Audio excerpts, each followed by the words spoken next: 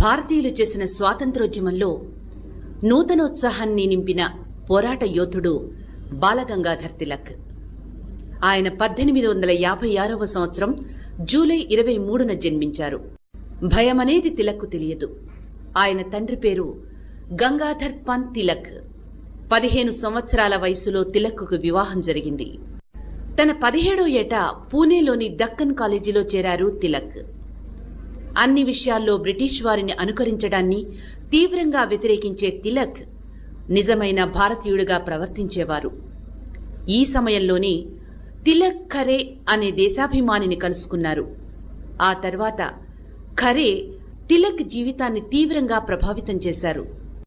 ఈత, వ్యాయామం, క్రికెట్ వంటి ఆటలంటే తిలక్కు ఎంతో ఇష్టం. అందువల్లే ఆయన చదువులో వెనుకబడి ఉండేవారు. అయినప్పటికీ ఎంతో కష్టపడి